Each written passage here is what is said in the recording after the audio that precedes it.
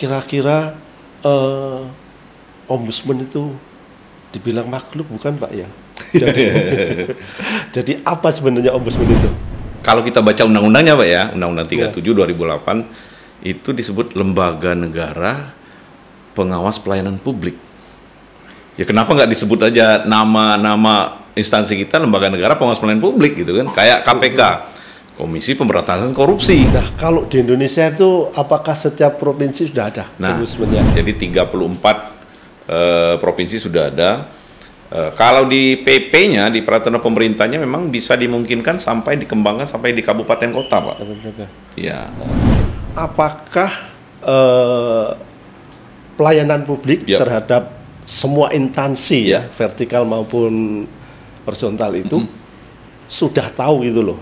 Sampai sekarang kan nyatanya ada OPD yang belum tahu bahwa mereka adalah masuk dalam pengawasan pelayanan publik yang menjadi tugas ombudsman. Ya.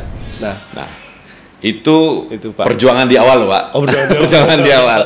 2013, 2014, 2015 kita mensosialisasi, memperkenalkan lembaga kita ini. Ya mungkin benar jujur saya katakan ya nggak begitu familiar loh Pak. Kalau orang baca kejaksaan orang tahu oh kejaksaan tinggi, kejaksaan negeri.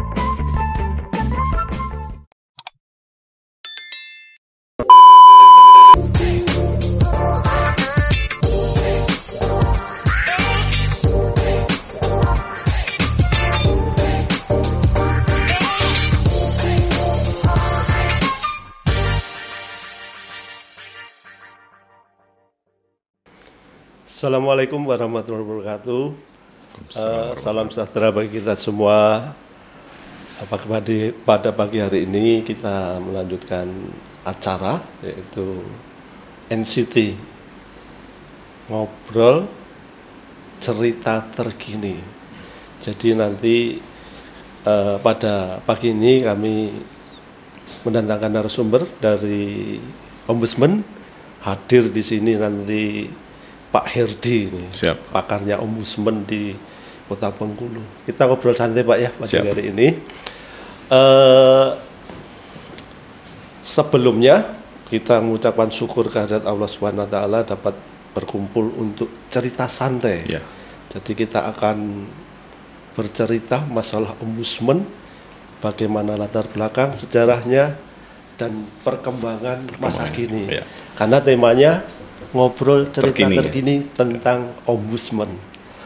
Baiklah, untuk pagi hari ini untuk lebih enaknya kita langsung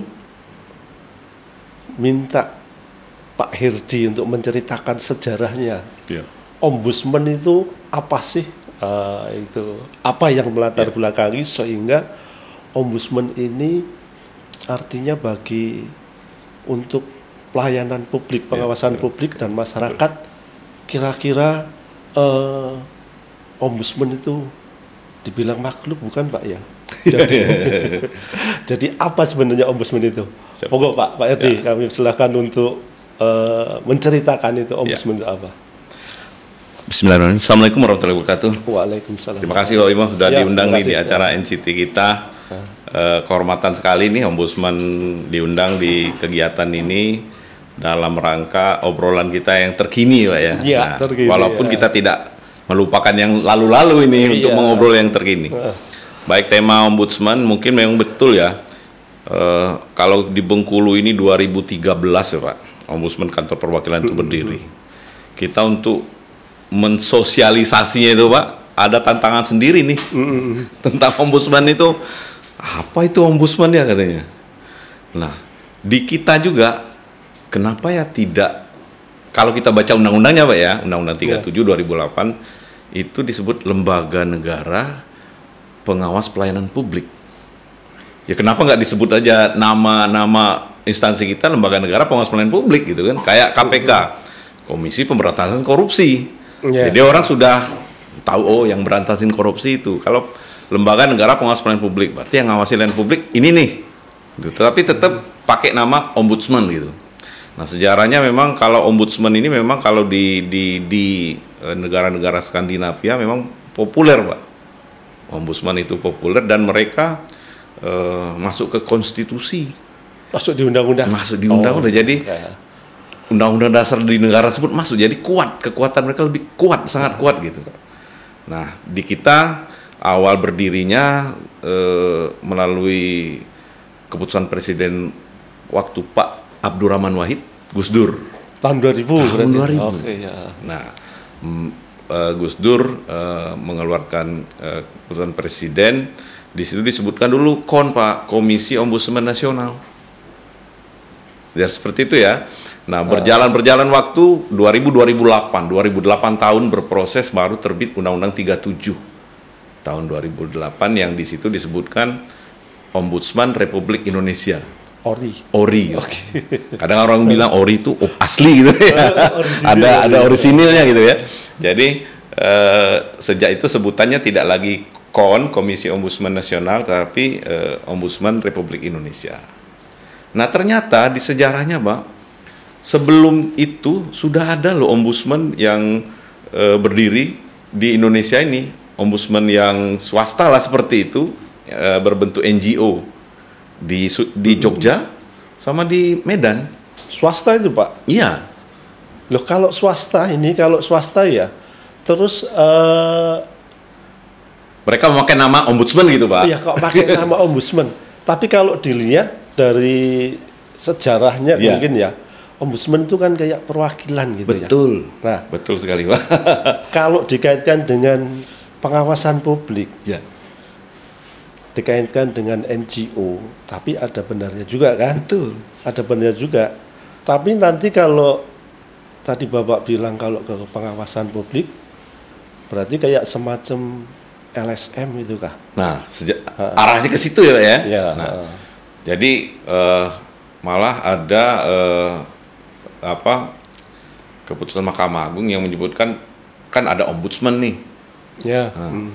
Nah, makanya disebutkan di situ bahwa pemakaian nama ombudsman boleh sih sebenarnya di luar lembaga negara yang ini, tetapi tidak boleh menggunakan Ombudsman Republik Indonesia dengan lambangnya burung Garuda gitu.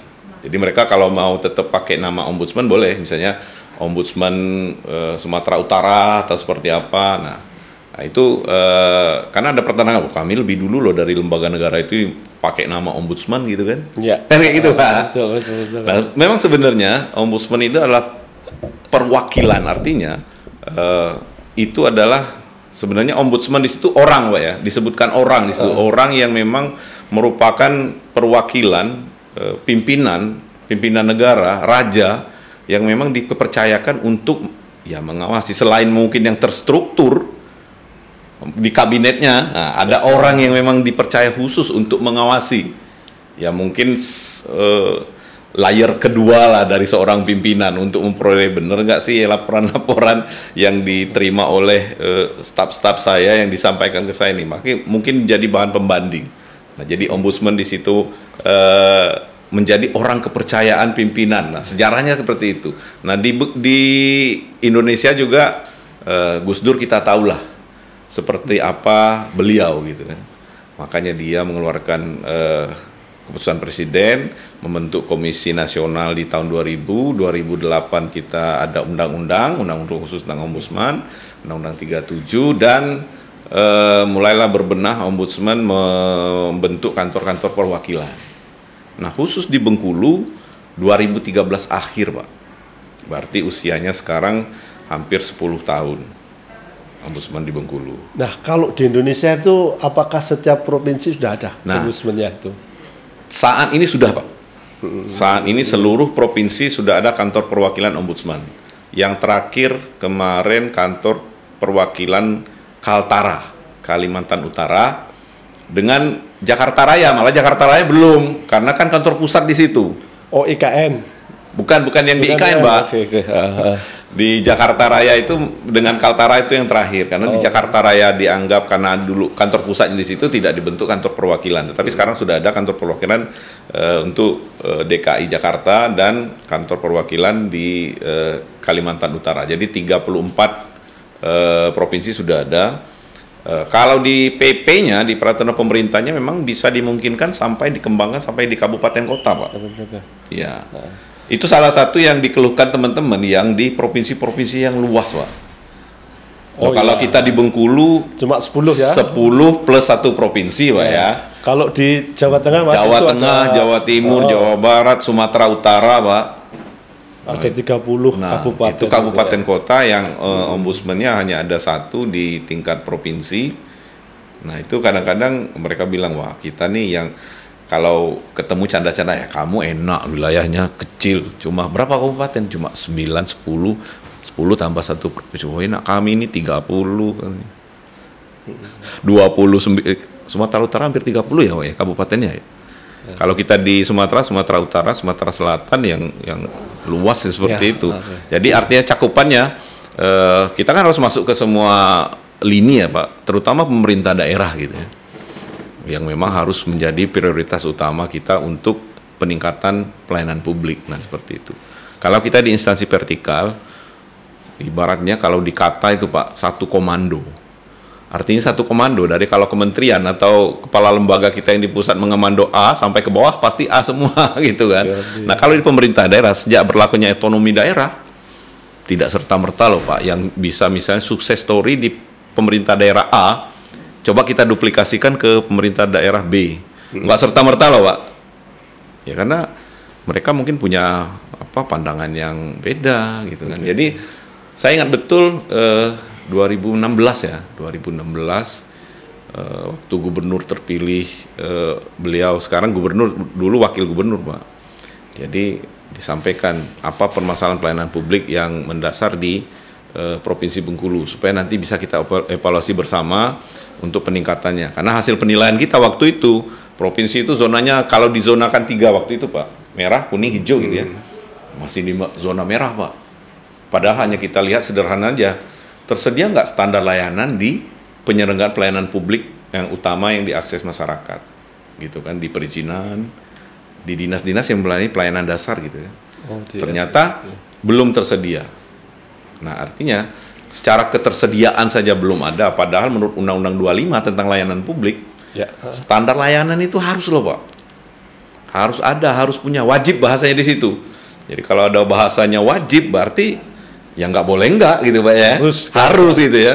Nah, itu Pak Gubernur undang kami ngobrol-ngobrol, saya bilang aja, Pak, saya nggak tahu nih, kami sudah coba masuk di pemerintah daerah, provinsi, kabupaten dan kota, ternyata mindset layanan itu ada juga masih di penyelenggara yang menyatakan, wah kami bukan institusi pelayanan publik.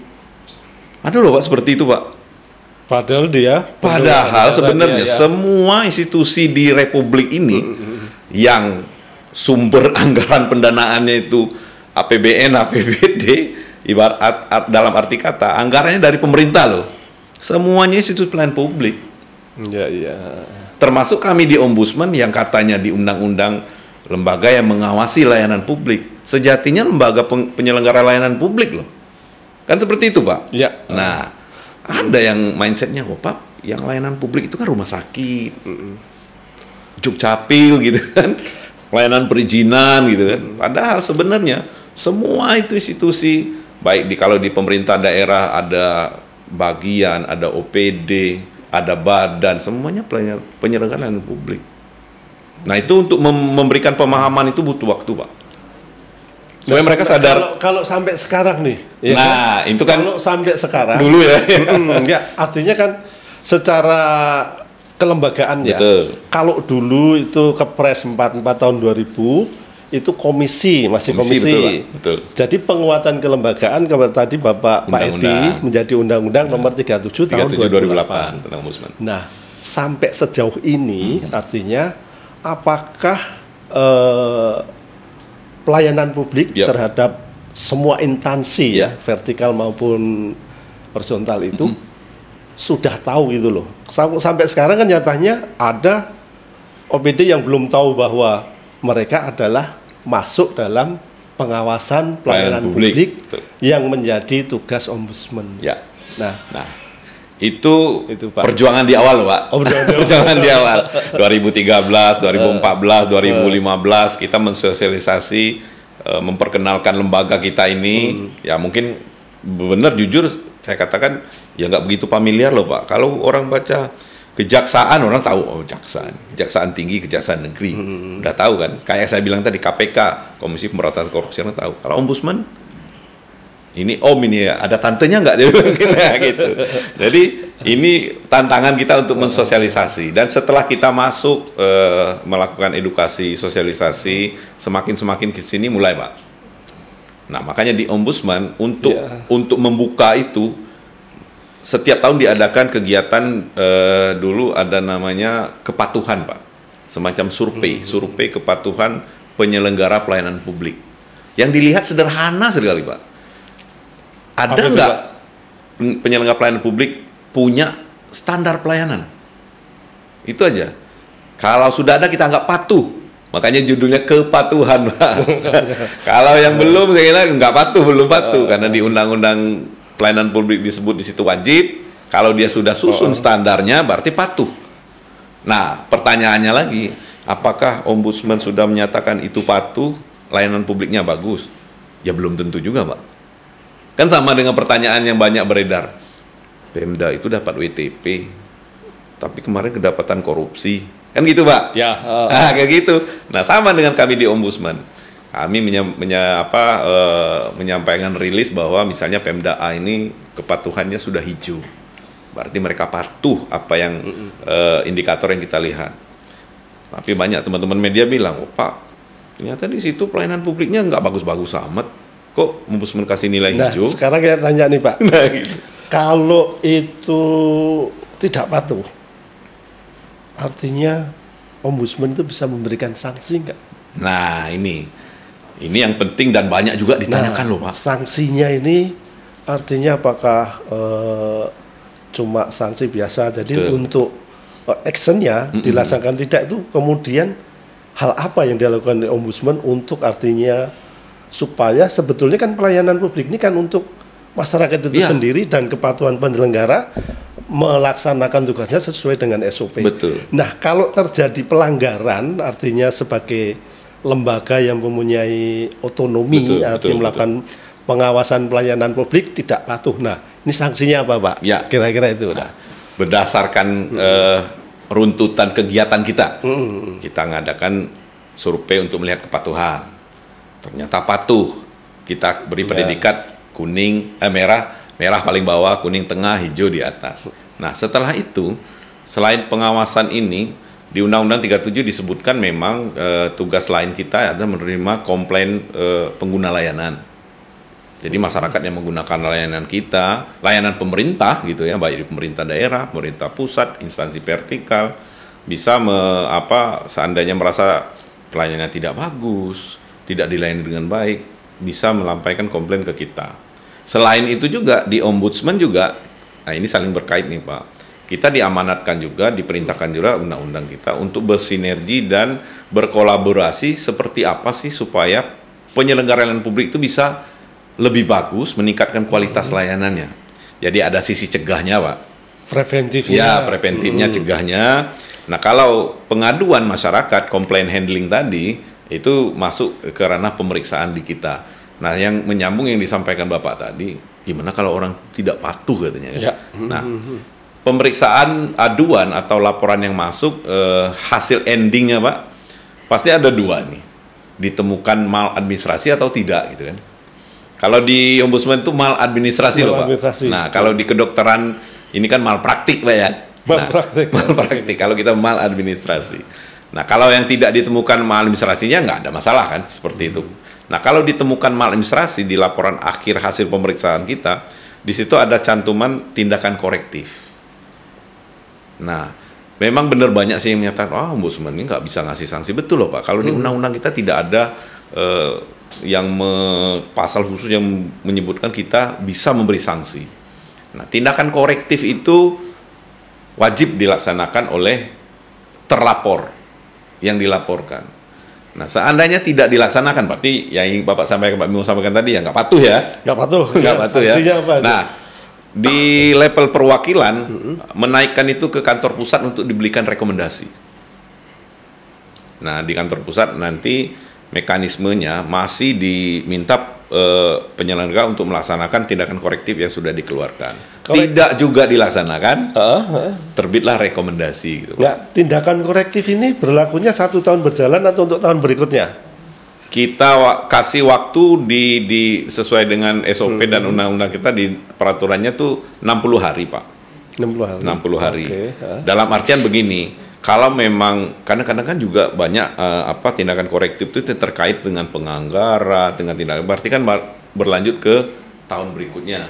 Tapi setidaknya sudah ada dilaksanakan apakah setengahnya, nah seperti itu, Pak. Penting ada actionnya. Ada actionnya, Pak. Ada action perubahan. Betul. Nah, yang saya tanyakan kalau ini artinya tidak dilaksanakan, betul, itu ada pengaruh terhadap penilaian pemerintah daerah itu sendiri atau instansi itu terhadap pamannya kalau penilaian WTP atau WDP itu pengaruh nggak itu, Pak? Nah, kalau dikaitkan dengan seharusnya memang idealnya seperti itu loh, Pak. Idealnya ya. Karena idealnya antara kita yang sesama lembaga pengawas, katakanlah lembaga yang ini. Kan, soalnya kan kedudukannya sejajar nih. Betul. Antara yang mengawasi BPK, BPKPK, hal seperti itu harus memang ada saling mengkaitnya seperti itu. Tetapi sampai saat ini memang belum sampai di situ. Tetapi di kita di internal loh, Pak. Kalau kan periodik setiap tahun kita adakan survei penilaian tadi. Nah, di tahun 2022 ini sudah nggak disebut survei lagi, penilaian. Nah, itu dilihat historinya, Pak. Misalnya Pemda A ini atau instansi A ini pernah kita mengeluarkan tindakan korektif atau pernah mengeluarkan rekomendasi. Ternyata sampai sekarang nggak dilaksanakan tuh. Nah, itu jadi poin untuk mengurangi penilaian yang akan dikumpulkan di akhirnya. Jadi secara di kita sudah kita setting seperti yang Pak Bimo maksud tadi.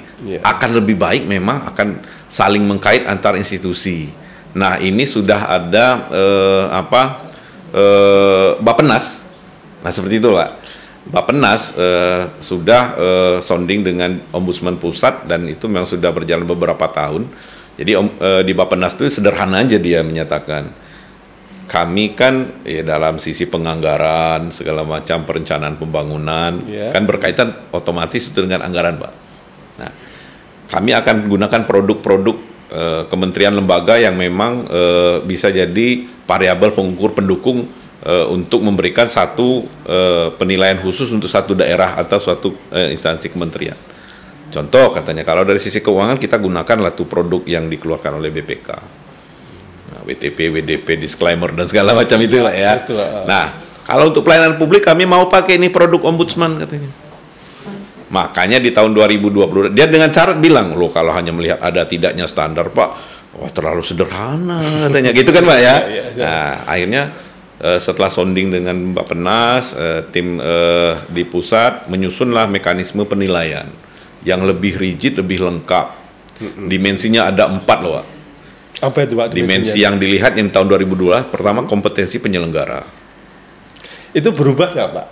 Setiap tahun berubah nggak? Nah, apakah itu menjadi baku itu? Nah, itu akan mulai di tahun 2022 ini kedepannya tidak dirubah, baku seperti itu. Seperti baku. Ya. Kompetensi penyelenggaranya dilihat dimensi 1, dimensi kedua dilihat itu sarana prasarana termasuk standar layanan, SOP tersedia nggak? Ya, karena itu kan buku pintarnya kita menyelenggarakan layanan publik loh, Pak. Nah, seperti itu. Yang ketiga, persepsi pengguna layanan. Jadi masyarakat menilai. Iya, masyarakat. Kita akan melihat sisi dari masyarakatnya. Kalau dari sisi kita yang menyelenggarakan ya bagus ya, Pak ya. Nah, yang keempat, pengelolaan pengaduannya, komplain handlingnya seperti apa? Apakah cepat dilayani? Apakah komplain handlingnya direspon atau tidak gitu kan? Karena komplain handling ini nggak bisa, pengaduan ini nggak bisa dijustifikasi. Banyak yang ngadu, jelek layanannya, atau nggak ada yang ngadu, mantep ini, bukan, Pak, nggak bisa dijustifikasi seperti itu. Bisa saja nggak ada pengaduan, memang ada akses untuk mengkomplain itu nggak ada, kan seperti itu, Pak. Nah, banyak pengaduan bukan berarti layanan di satu tempat itu jelek. Nah, yang ideal pengaduan itu banyak sedikitnya harus ditindaklanjuti. Itu poin yang keberapa tadi? Poin keempat tadi. Poin keempat. Ya. Okay. Nah, jadi itu masukan dari Bappenas. Kami minta yang lebih rigid nih, biar kompleks ya penilaian bahwa nilai dari ombudsman itu, misalnya contoh Pemda A ini hasil penilaiannya ini loh, kuning, merah, hijau, ataukah nilai atau apa seperti yang dilakukan oleh kementerian, bisa kayak BPK seperti itu. Nah, supaya nanti bisa jadi acuan. Jadi layanan publik kami nggak cari-cari lagi, pakai produknya ombudsman. Reformasi birokrasi, capai kinerja kita pakai produknya Kementerian Pan-RB gitu kan Pak. WTP keuangan dari BPK. Terus indeks persepsi korupsi, zona integritas dan segala pakai produknya KPK gitu. Nah, ujung-ujungnya kan memang nanti arahnya kan ke penyusunan anggaran, penganggaran dari pusat. Nah, memang saya kira ini salah satu trigger untuk memang penyelenggara layanan ini lebih Pak, lebih ternyata ada efeknya seperti Bapak bilang tadi. Kalau nggak ada efeknya mungkin kalau juga gitu ya. Umpamanya satu aturan kemudian dilanggar. Ketika dilanggar tidak ada sanksi. Nah, itu Pak. Kalau tidak ada sanksi ya pelanggaran terus kan otomatis. Terus kan seperti itu, Pak. Nah, tadi kalau dibilang kalau ombudsman cuma maladministrasi. Betul. Tapi potensi kalau maladministrasi tidak dimenuhi juga akan bisa Pak. Korupsi loh. Korupsi betul. Ya kan? Karena administrasi ini juga sumber awalnya gitu.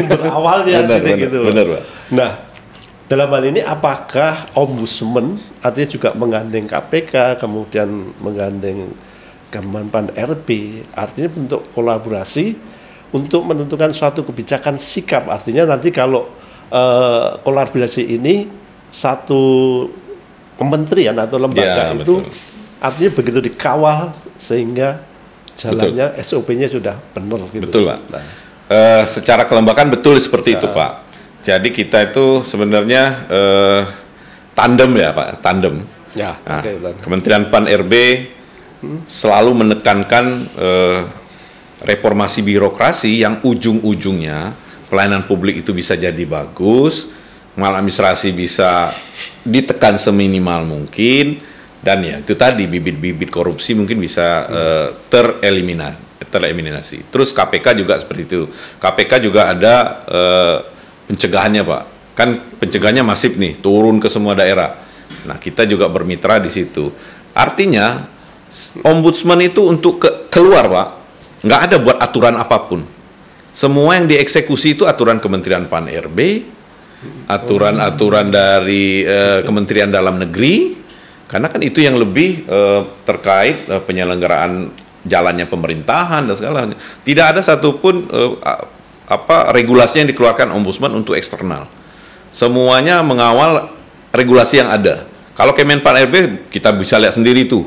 Ada Permenpan RB terbaru, ada Permenpan RB terbaru. Itu yang selalu kita kawal. Yang terakhir Permenpan RB, saya lupa nomornya, nomor 20 kalau nggak salah. Nomor 47 tahun 2020. Pengelolaan pengaduan yang dimensi 4 tadi, Pak, mau dikompetisikan loh, Pak. Ada Permenpan RB, kompetisi penyelenggaraan pengelolaan pengaduan di Institusi Penyelenggaraan Pelayanan Publik. Artinya saking pentingnya mekanisme complaint handling. Jadi gimana caranya sebagai nih? Social control. Betul, Pak. Jadi gimana caranya?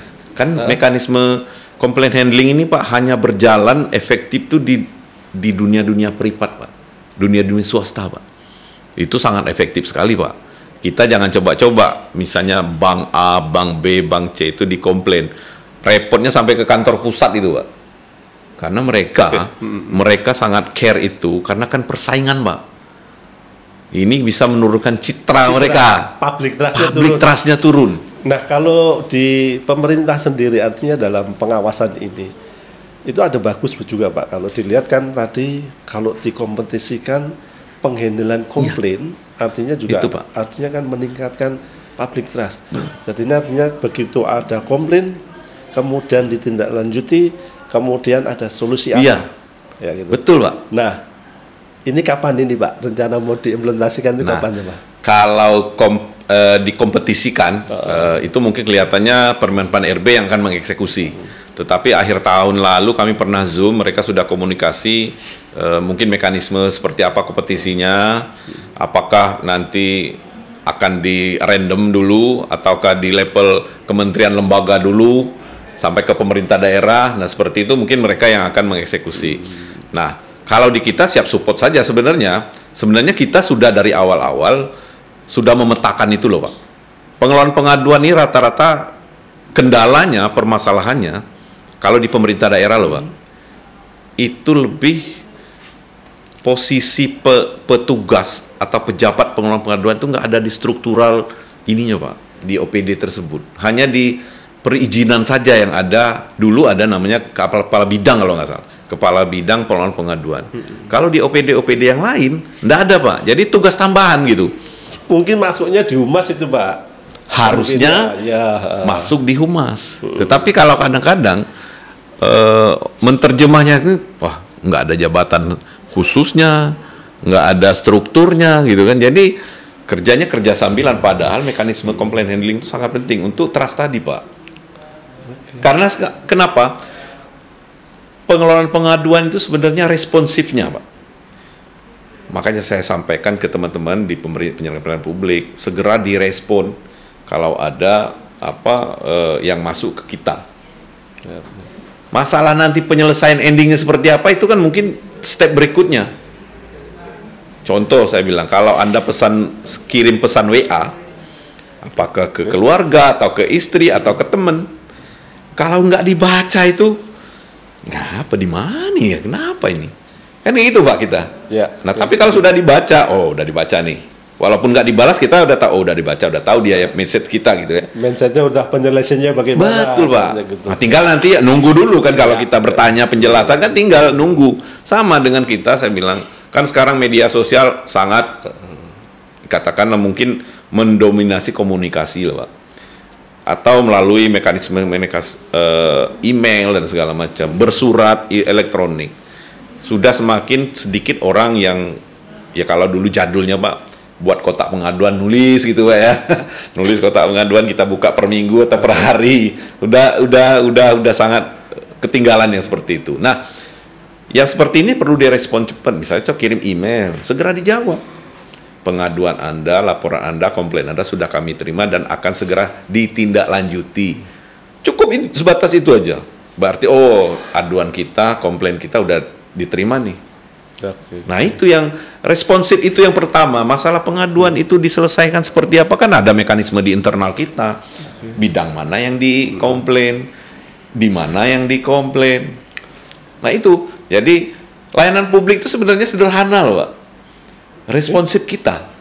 Kesan pertamanya seperti apa gitu ya Pak ya. Nah kalau kesan pertamanya sudah menarik, orang sudah nyaman. Makanya saya sering mencontohkan, terutama di teman-teman pemerintah daerah, saya bilang, saya yakin kita semua pernah mengakses layanan di perbankan.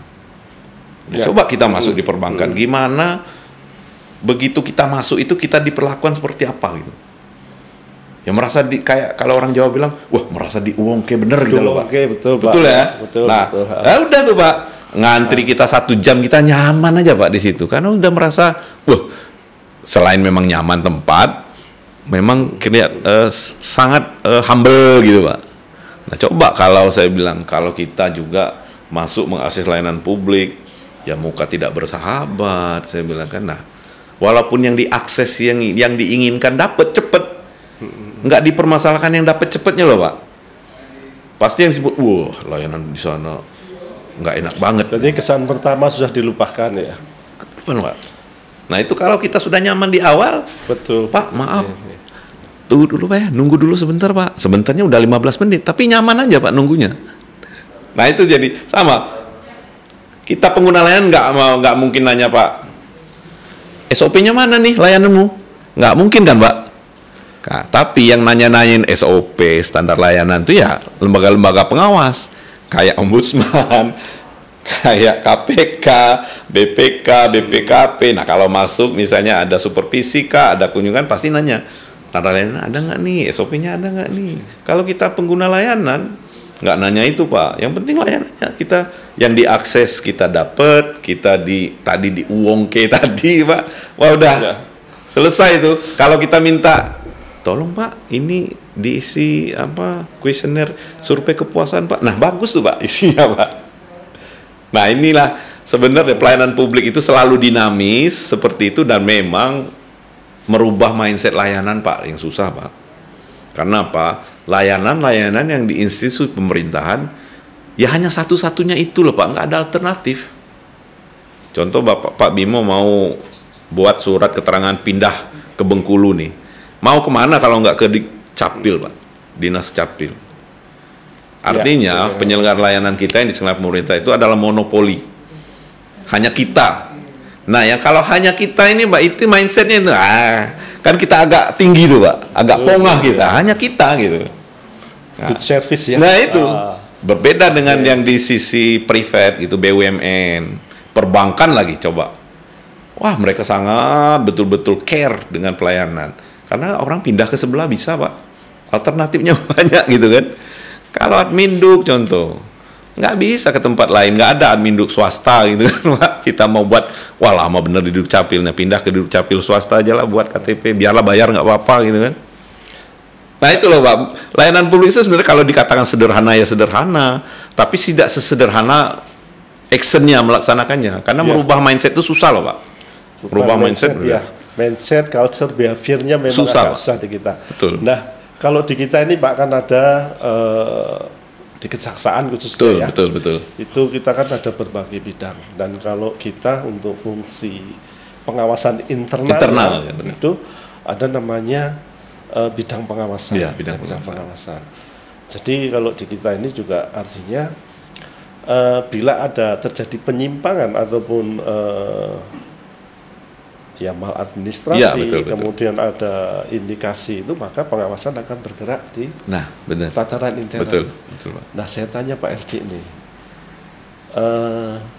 ketika masuk tadi nih ketika masuk di kejaksaan tadi, Bapak masuk ke ya, betul. Kemudian ada pelayanan tuh. Betul. Nah, menurut Pak Herdi apakah itu secara standar ya? Ya. Bagaimana Pak? Ya. Mekanisme pelayanan itu memang terstandar ya Pak ya. Dan tentunya kita di institusi apapun, termasuk di kejaksaan, termasuk di ombudsman, sudah ada SOP yang mengatur. Ya. Nah, contoh di depan kita diterima oleh tim security, sudah melaksanakan checking awal lah seperti tamu-tamu. Memang SOP-nya harus gitu Pak. Dan sudah begitu masuk resepsi kita disambut, disampaikan perlu keperluan apa, kita arahkan. Saya diundang podcast, oh ya silakan Pak di situ. Nah, artinya yang seperti itu tuh memang harus selalu disiapkan oleh kita penyelenggara loh Pak. Nah mungkin Bapak apa pernah pengalaman apa enggak? Kalau kami sering pengalaman dulu Pak, begitu kita masuk kantor, mohon maaf bukan di Kejati loh Pak, bukan di rata-rata di instansi vertikal enggak kayak gitu loh Pak. Bingung kita Pak, mau nanya-nanya ke siapa, orangnya enggak ada, pintunya terbuka gitu kan. Akhirnya kita cari-cari ke ruangan sebelah, baru dapat orang mau nanya, padahal sebenarnya harusnya kita tamu kan langsung ada yang terima gitu Pak. Nah, itu yang kita tanamkan dulu. Itulah harus ada yang di depan, harus ada yang receptionnya, keperluannya apa, langsung dihandle untuk diarahkan kemana. Kan itu mekanisme pelayanan. Walaupun mungkin tidak perlu harus baku, harus sama antar semua tempat Pak. Pasti punya standarisasi. Ya, standarisasi sendiri gitu. Artinya kan setiap institusi ataupun setiap kelembagaan itu ada standar. Tapi standar ini artinya kan secara bagus, secara umum sudah diterima. Betul Pak. Nah seperti itu. Nah ini yang terus kita dorong, kita galakkan. Saya pernah di beberapa tempat yang mungkin sudah mulai care Pak akan pelayanan. Dia bilang, Pak bisa nggak sih ombudsman ini men-trainer kami, meng-coaching kami, gimana sih melayani yang bagus itu? Nah saya bilang, kalau ditanya bisa tidak bisa, bisa. Tapi kalau mau yang lebih bisa, nah itu loh, lebih baik mengambil ke referensi kepada yang memang setiap hari melaksanakan itu. Contoh saya bilang, kita ini kan ada pasti institusi kita ini pasti ada berkaitan dengan perbankan, mungkin payroll kita atau apa. Nah, minta mereka untuk memberikan coaching singkat ke kita. Kan di perbankan ini sangat bagus, saya bilang pelayanannya sudah begitu tertata bagus, sudah dilaksanakan konsisten dilaksanakan. Minta tolong mereka coaching kita sebentar. Nah, Dari situ saya bilang dapat kita terapkan mungkin ya 30%-nya atau 50%-nya aja lah. Sudah bagus kita, saya bilang. Ya nggak perlu kayak di perbankan, betul. Kalau memang susah Pak ya penerapannya ya. Susahnya artinya kita menyiapkan sarana kayak di perbankan, betul, kayak gitu. Itu kan memang agak susah. Tapi kalau mindset layanannya boleh ditiru loh Pak. Ya, itu. Artinya seperti tadi dikatakan bahwa kita menguangke orang. Iya, itu Pak. Itu yang harus artinya itu yang paling penting loh Pak. Gitu, iya. Kalau kita masuk bank, saya bilang begitu dibuka satpamnya langsung ditanya, selamat pagi Bapak, ada yang perlu kita bantu? Oh ya Pak, saya mau setor. Oh silakan ambil nomor antrian, silakan duduk. Di customer. Nah akhirnya pernah ada beberapa instansi, iya Pak ya kita undang, iya undang aja saya bilang. Kalau nggak mau ya pindah aja payrollnya, saya bilang. Kalau nggak mau memberikan materi itu, nah sudah. Akhirnya kan paling nggak saya bilang 50% dari yang mereka sampaikan tuh bisa kita terapkan loh. Paling tidak yang itu tadi loh Pak. Ya nggak masalah sih kalau di perbankan mungkin ditata betul make up, lipstick, rambut, pakaian. Kalau kita mungkin nggak sedetil itu, tapi itu tadi loh. Kalau saya masuk ke Jati Bengkulu, disambut Pak Bimo rasanya bersahabat betul, padahal baru pertama ketemu loh Pak. Nah itu loh rasa kayak gitu loh Pak. Iya. Nah itu kita mencari passionnya harus sama. Betul. Nah itu. Artinya kan kalau bertemu seseorang itu, yang pertama kali kita harus kembalikan kita sendiri. Ya kita. Seandainya saya datang, kemudian saya ini bagaimana sih? Betul. Artinya membuat nyaman semua. Betul. Kalau sudah passionnya udah ketemu, baru kita ngobrolnya. Nah makanya kan kita ini, Pak Bimo, Kak kita semua ini penyelenggara layanan, memberikan layanan kepada masyarakat. Suatu saat kita pengguna layanan loh Pak.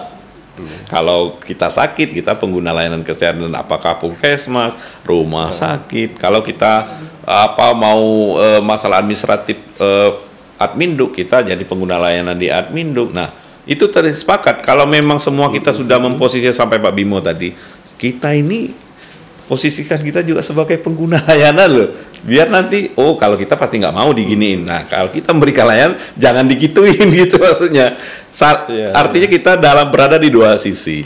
Kita sebagai pemberi layanan dan kita sebagai pengguna layanan. Ya sebetulnya kalau kita kembali ke posisi kita bahwa sebagai termasuk ASN ya. Betul. Kita ini kan sebagai abdi negara, abdi masyarakat, gitu. Betul. Artinya kita juga harus melayani, fungsi melayani. Benar, passionnya melayani. Nah, kadang-kadang yang terjadi, banyak kan kita lupa. Benar. Lupa kita siapa. Betul. Kemudian ini satu lagi nih Pak, yang ingin saya tanyakan dengan ombudsman ini kira-kira ke depan nih Pak ya. Pesan apa nih yang istilahnya mau disampaikan untuk khususnya untuk masyarakat Kota Bengkulu, supaya artinya fungsi pelayanan, fungsi pengawasan pelayanan terhadap publik maupun yang terafiliasi terhadap masalah keuangan negara yang berkaitan dengan pengawasan ombudsman itu bisa sesuai dengan yang diharapkan oleh masyarakat umumnya, gitu loh. Kira-kira. Kalau kita bicara yang disampaikan Pak Bimo tadi sebenarnya sederhana aja Pak. Kan ada dua sisi nih, ada penyelenggara, ada pengguna, gitu kan. Nah, saya kira ini harus berbanding lurus loh Pak. Imbang. Artinya begini, kita penyelenggara lah. Kita udah ada aturan yang mengatur, sudah ada undang-undang kita, sudah ada SOP kita, sudah ada standar dan segala macam. Artinya kita sebagai penyelenggara mau mematuhi itu. Nah, di sisi pengguna, masyarakat secara umum, harusnya kita di Ombudsman juga mengadakan kegiatan edukasi, Pak. Artinya kita sebagai pengguna layanan ini juga harus sadar, harus teredukasi untuk mengakses layanan. Artinya setiap akses layanan itu sudah ada pasti persyaratan dan mekanismenya. Artinya kita sebagai pengguna layanan harus mematuhi juga persyaratan dan mekanisme yang ada loh. SOP-nya. Iya, itu seperti itu. Kan kebanyakannya sekarang ini kita ingin akses layanan dilayani dengan baik, secepat mungkin, Nah, tetapi kita tidak patuh, kita sebagai pengguna layanan tidak patuh juga dengan mekanisme dan persyaratan yang sudah ditetapkan. Itu banyak sekali kejadian. Kami penerimaan pengaduan yang nyampe ke kita itu gitu loh Pak. Jadi nggak bisa disalahkan yang nyelenggarain aja. Kita yang pengguna juga nggak patuh juga, misalnya persyaratannya harus seperti ini, harus dilengkapi. Tapi kita rata-rata mau cepat, persyaratannya mau tidak dilengkapi. Nah, artinya kedua sisi ini memang harus sejalan. Sebagai masyarakat kita, pelayanan publik kan hak kita loh Pak. Ya berarti komunikasi terjadi dua arah. Betul ya, Pak, betul. Pelayanan publik hak masyarakat termasuk hak kita pada saat kita menggunakan pelayanan publik. Artinya hak kita itu harus dimanfaatkan betul dengan mekanisme yang sudah diatur gitu. Jangan sampai menabrak juga aturan yang ada. Kadang-kadang kami tidak dilayani loh Pak, sudah ini, sudah itu, sudah. Tapi kok kenapa nggak? Ternyata setelah kita klarifikasi, kita konfirmasi, loh Pak ini nggak dipenuhi, step ini nggak dilalui, gimana kita mau melayaninya? Nah seperti itu. Nah intinya kalau saya lihat penyelenggara terus pasti semakin hari semakin berbenah, semakin melakukan peningkatan, termasuk inovasi-inovasi dalam pelayanan. Karena kita sebagai yang disampaikan Pak Bimo tadi sebagai ASN, abdi masyarakat, kita juga dituntut untuk memenuhi pencapaian-pencapaian yang harus memang sudah ditargetkan ke kita. Reformasi birokrasi, penilaian, zona integritas, nah, WBK, WBBM, dan itu harus kita kejar semua. Nah, harapannya sisi masyarakat sebagai pengguna juga mengetahui apa yang sudah kita lakukan, mengetahui bisa mengakses aturan-aturan kalau kita mengakses layanan di tempat kita. Nah, salah satunya memang sekarang ini Pak Bimo, mekanisme mungkin podcast seperti ini, kegiatan di media sosial untuk menyampaikan program-program kita.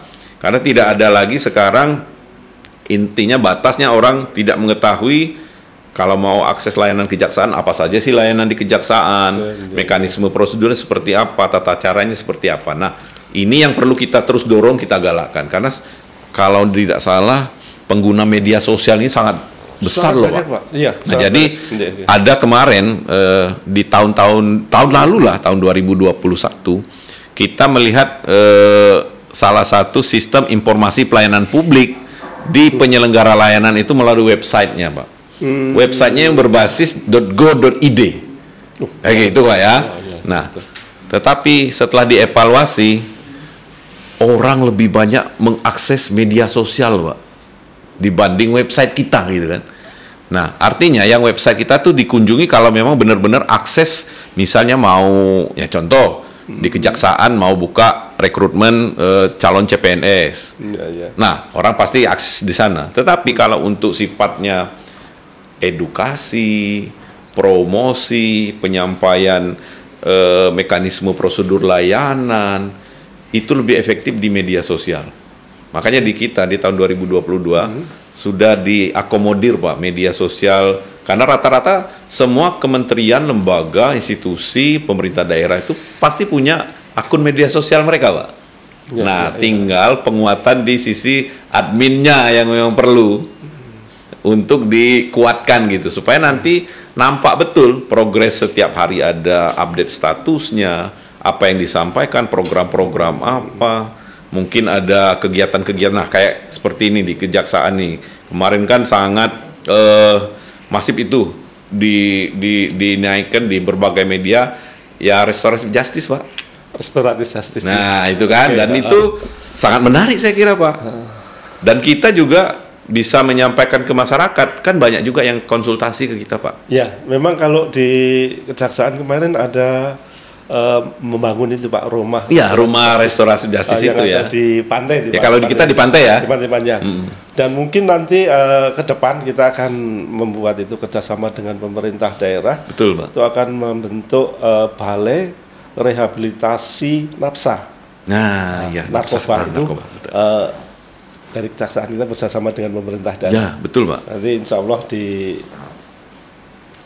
pertengahan November ini akan diberikan oleh Pak Jaksa.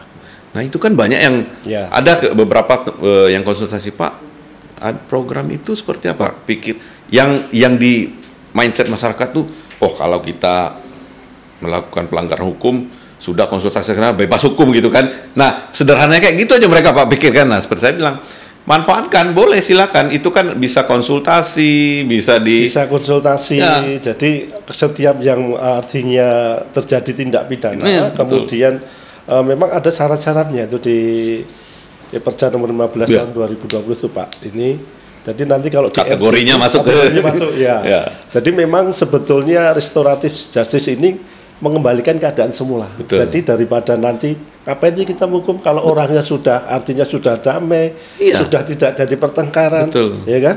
Kita kembali keadaan semula, restoratif justice. Itulah memang program yang artinya digalakkan oleh Pak Jaksa Agung. Saya kira itu sejalan Pak. Kami di Ombudsman kan ada juga namanya mediasi dan konsiliasi loh Pak. Oh itu ya. Berarti sama. Bener Pak. Jadi kalau kita sih permasalahan-permasalahan antar penyelenggara dengan pengguna ini, kalau memang mekanismenya bisa melalui mediasi dan konsiliasi, ya diselesaikan, tidak ada permasalahan. Kita bisa jadi mediator di situ, konsiliator di situ. Sama lah posisinya dengan ini tadi Pak, restoratif justice kita ini kan kadang-kadang permasalahan-permasalahan itu bener lah Pak, patientnya belum ketemu aja nggak selesai. Ya kalau di restoratif itu kan ada person ya, privat. Tapi kalau ombudsman antara penyelenggara dengan penggunanya, bener, public privat. Kan privat, ya. Betul. Jadi memang ombudsman ini ya semacam kalau tadi bisa menjadi mediator, konsilator gitu Pak. Artinya sebetulnya sama, cuma ya memang ada bagusnya ketika antara pemerintah dan masyarakat ini tidak terjadi titik temu karena berkaitan dengan pelayanan yang artinya tidak seimbang mereka. Betul. Kalau menurut mungkin dari pihak pemerintah kurang imbang, maka disinilah ombudsman menemukan. Nah ini, jadi kita beberapa case-case tertentu kita adakan kegiatan mediasi dan konsiliasi dengan persyaratan itu tadi Pak, kedua belah pihak memang menginginkan itu loh. Nah, kalau tidak menginginkan, apakah ombudsman sendiri bisa menjadi mediator? Diketemukan dulu, mau enggak usahanya udahlah, ngapain itu? Bisa Pak, seperti itu ya. Bisa Pak. Kita dorong Pak, sebenarnya kalau kita penyelenggara, baik di pemerintahan, pemerintah daerah maupun di instansi vertikal, pasti semua yang kayak gitu nggak akan dilewatkan. Pasti kalau ada misalnya pertemuan, konsiliasi, mediasi, mereka pasti support. Nah, saya tanya, ini kasusnya gimana nih? Ada nggak semacam kayak gitu? Ombudsman di sini pernah melakukan itu nggak? Ada Pak. Biasanya, biasanya itu yang misalnya ranah-ranah kegiatan-kegiatan layanan publik di badan usaha milik BUMN lah, perbankan. Kan ada tuh Pak. Kita nasabah merasa, ini dirugikan nih dengan kebijakan ini, dengan kebijakan itu. Nah itu kita bisa mediasikan antara pihak perbankan dengan debitur dan krediturnya seperti itu Pak. Nah itu rata-rata tercapai titik temu untuk penyelesaiannya. Kan banyak case-case baik di misalnya kredit pemilikan rumah. Nah seperti itu terus kredit-kredit lain yang mungkin ada yang mau lunas maju tempo, karena memang akadnya sudah ada di situ Pak. Walaupun di dalam akad sudah disebutkan, artinya kalau secara perdata kan akad itu yang mengikat loh Pak. Ya mengikat. Nggak bisa diapa-apain lagi gitu kan kalau ada akadnya seperti itu. Akad itu artinya kan perjanjian ya. Ya perjanjian Pak. Perjanjian tuh ya artinya udah ada. Dealnya sepakatannya sudah ada gitu. Kesepakatan, kemudian ada cakap, kemudian ada objek, kemudian ada kausa yang halal. Betul, kausa yang halal, seperti itu. Ya kalau ya memang tergantung dari para pihak. Kalau memang sudah artinya terjadi kesepakatan damai ya sudah selesai. Iya, betul Pak. Jadi berlaku undang-undang bagi mereka yang. Nah itu, jadi case-case seperti itu bisa kita pertemukan dan kadang-kadang permasalahan seperti ini kan itu tadi Pak. Balik-baliknya komunikasi loh Pak. Jadi miskomunikasi kan? Miskomunikasi, benar. Ada miskomunikasinya. Nah, setelah ada mediator di pihak ketiga kan semuanya cair tuh Pak. Oh ini permasalahannya seperti ini loh. Kami kan sebenarnya program kita ada ini loh. Ternyata kan bisa Pak diselesaikan. Kayak gitu. Menarik sebenarnya Pak. Sama dengan restoratif justice tadi sebenarnya. Kan tidak semua case itu ya katakanlah walaupun indikasinya pelanggaran pidana, kan tidak semuanya memang harus selesai di ya.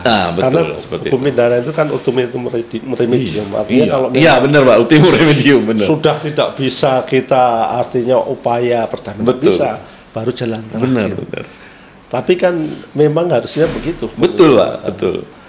Nah, apa dinamikanya kan Pak semakin ke sini seperti itu, dan memang kita membuka seluas-luasnya, terutama dengan saya kalau klasifikasikan di Ombudsman itu Pak, kalau untuk kementerian lembaga memang mungkin Pak Bimo loh kok Ombudsman ini kok jarang dia ada di kementerian vertikal ya, memang betul loh Pak.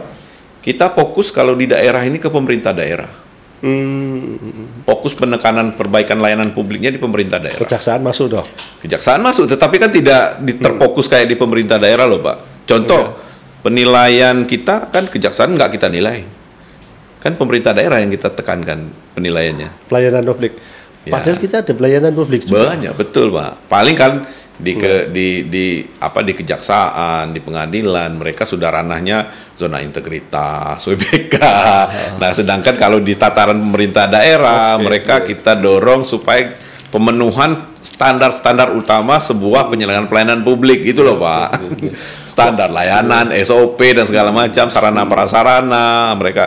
Kami bilang Bapak Ibu, sarana prasarana itu menyesuaikan loh dengan kemampuan kita. Kalau memang ada bagus, memang lebih bagus, tetapi tidak serta-merta Pak kami nggak bisa memberikan layanan publik bagus, lihat ruangan kami kayak gini. Enggak juga, nggak bisa dijadikan alasan.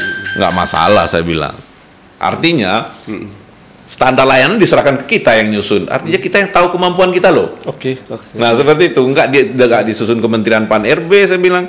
Nggak disusun oleh Pemkot bagi yang di bawah Pemkot. Nggak disusun Pemkap. Jadi menyesuaikan keadaan. Menyesuaikan keadaan. Tapi saya bilang kan ironis kalau misalnya ruang tunggu ada Pak, ada. Tapi nggak ada kursinya, saya bilang. Kan nggak bisa disebut ruang tunggu kalau nggak ada kursinya. Tetap kalau kursinya mungkin bukan sofa, hanya kursi plastik, nggak ada masalah, saya bilang. Itu loh kemampuan kita. Kan gitu loh Pak. Oke. Pak Edi, terima kasih. Ini waktu kita sudah tak terasa udah 1 jam. 1 jam Pak ya? 1 jam. Terima kasih. Sebelum mengakhiri ini, ada statement kira-kira Bapak pesan yang mau Bapak Edi sampaikan untuk kita semua, terutama pendengar ngobrol cerita terkini ini. Baik, terima kasih Pak Bimo. Kepada semua yang mungkin menonton langsung atau menonton tunda acara kegiatan kita hari ini, masyarakat itu mempunyai hak akan pelayanan publik dan sekaligus hak untuk mengawasi penyelenggara layanan publik. Jadi manfaatkanlah kedua hak itu supaya kita semua di sini sebagai penyelenggara publik ini terpacu dan terpicu untuk memberikan pelayanan publik yang semakin baik. Nah seperti itu Pak mungkin Pak. Terima kasih Bapak. Terima kasih untuk pendengar NCT ngobrol bareng terkini. Ini kira-kira gambaran secara umum dari Ombudsman, dari Pak Herdi. Dan kira-kira nanti kalau lebih spesifiknya lagi, lebih intinya lagi, bisa menghubungi Ombudsman Bengkulu. Saya ucapkan terima kasih para pendengar semuanya. Salam sehat untuk semua. Saya akhiri. Wassalamualaikum warahmatullahi wabarakatuh.